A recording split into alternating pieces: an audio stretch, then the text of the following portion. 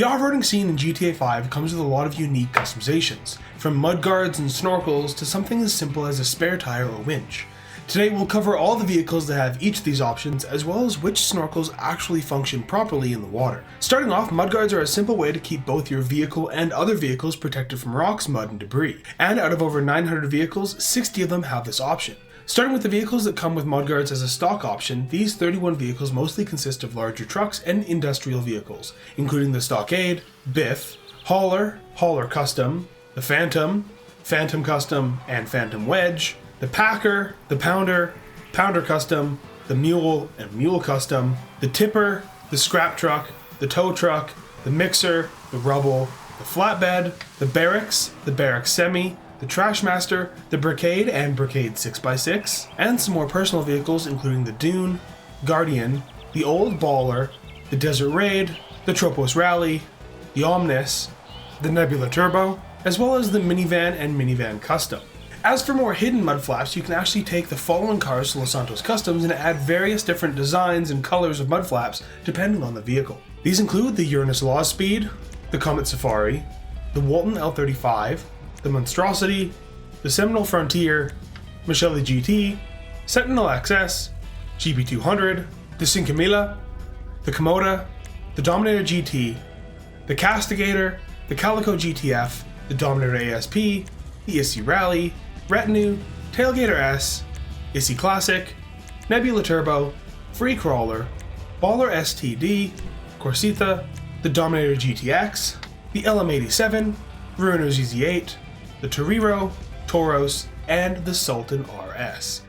But then again, mudflaps don't actually help you with the off-roading aspect of driving. This is where something like tow hooks can come in handy. Over 64 cars have modifiable front tow hooks, and 24 more have the same available on the rear. Then there are two vehicles that have them located atop the hood, which I mentioned in this video, those being the Envisage and the Vorschlaghammer. But there is one other design of towing hookup that not many people are aware of.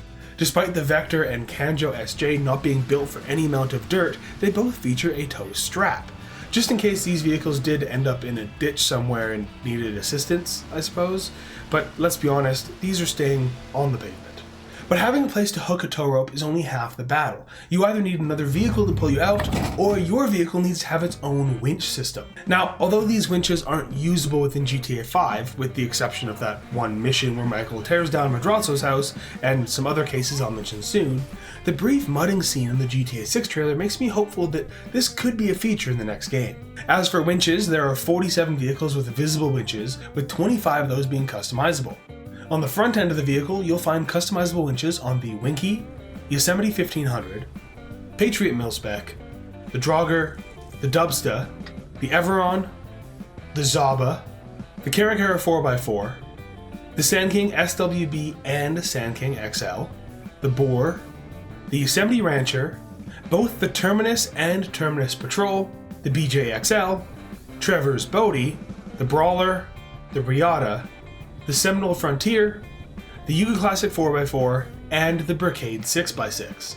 When talking about vehicles that have one as a stock option that aren't customizable, there's only 16 front-facing winches, with the Barrage, Menacer, the Park Ranger, which many people miss, the Merryweather Mesa, the Police Riot, all three versions of the Scarab, all three versions of the Insurgent, including the regular Insurgent, the Pickup, and the Pickup Custom, the Technical Aqua, the Brigade, the Vatir, the Camacho, and the Contender. As for the rear end winches, only the Terminus and Terminus Patrol have modifiable winches, while the Menacer and Camacho have stock rear winches. Some other winches or winch-like designs include the various tow trucks in the game, which are also usable, as well as the Slam Truck and Flatbed, which are sadly non-functional. But again, hopefully this changes in GTA 6. This means that there's only 4 vehicles that have front and rear winches available, and that's only 0.4% of all the cars in the game. Speaking of stats, only 1.7% of vehicles have snorkels, and only 12% of that 1.7% actually work, which we'll cover soon. Meanwhile, my editor only gets paid 11% of the national salary average. Is it $7? And has 42 times less subscribers than me. Yet, despite Kyle doing roughly 45% of all the work required on this channel, he has never once asked for a raise. And my knowledge forces me to call you on the fact that you are a goddamn cocksucking liar. So to thank him, let's see if he can hit 2,000 subs on his channel before I rank every road at 50,000 subs. And if he does, I'll give him a 3% raise. You are a goddamn piece of work, boss. When flying down the road or cruising a back road, hazards do arise. Whether it's in the form of stray gunfire, spike strips, or just random debris, flat tires can occur for a multitude of reasons. Unfortunately, even with the spare tire shown on the vehicle, these 51 vehicles do not have the option to swap it out on the fly, but they do have that extra rugged or prepared feel to them. Now, not all these vehicles are off-road friendly, but you'll find some hard covers on the spare tires for the Terminus, Terminus Patrol, Eudora, Impaler LX, Surfer Custom, Brigham, the Peyote and Peyote Custom, Tornado Custom, the Virgo, and you'll also find one on the Roosevelt Valor, as well as a soft tire cover on the regular Roosevelt. And a hardcover option can also be seen on the Monstrosity, which also has the option to just add the tire part rather than the entire spare wheel. Again, this is seen on a lot more street or drift vehicles rather than off-roaders, including the Postlude, Uranus Laws Speed, Comet S2, the Futo GTX, the Remus, the Club, both the Weevil and Weevil Custom, the Ballista Canjo, occasionally on the Dune Loader, and on the Apocalypse Bruiser. However, if we look to the Future Shock Bruiser, you'll see that it does have a complete spare wheel, which is far more practical.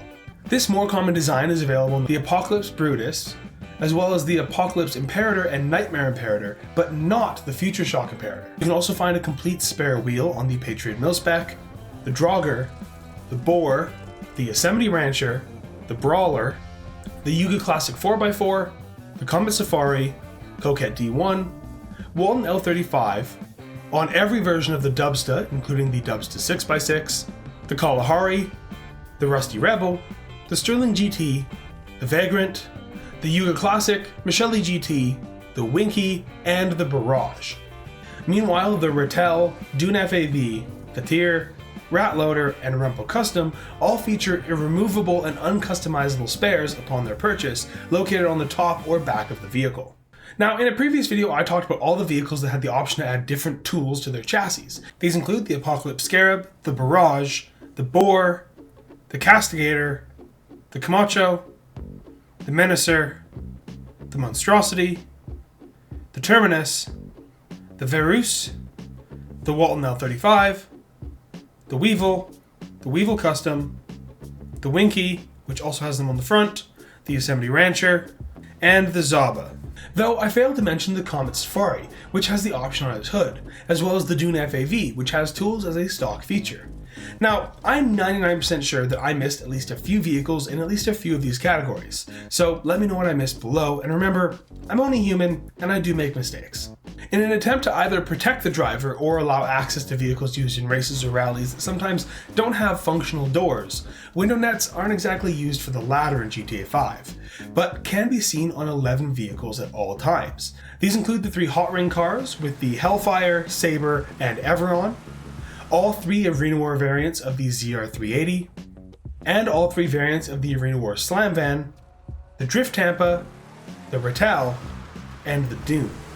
These window nets can also be added via various customizations on the Ballista Canjo, the Barrage, the RC Bandito, the Slam Van Custom, the Rusty Rebel, and you can also find window nets in more unique locations on the Terminus, Terminus Patrol, and the Yosemite Rancher.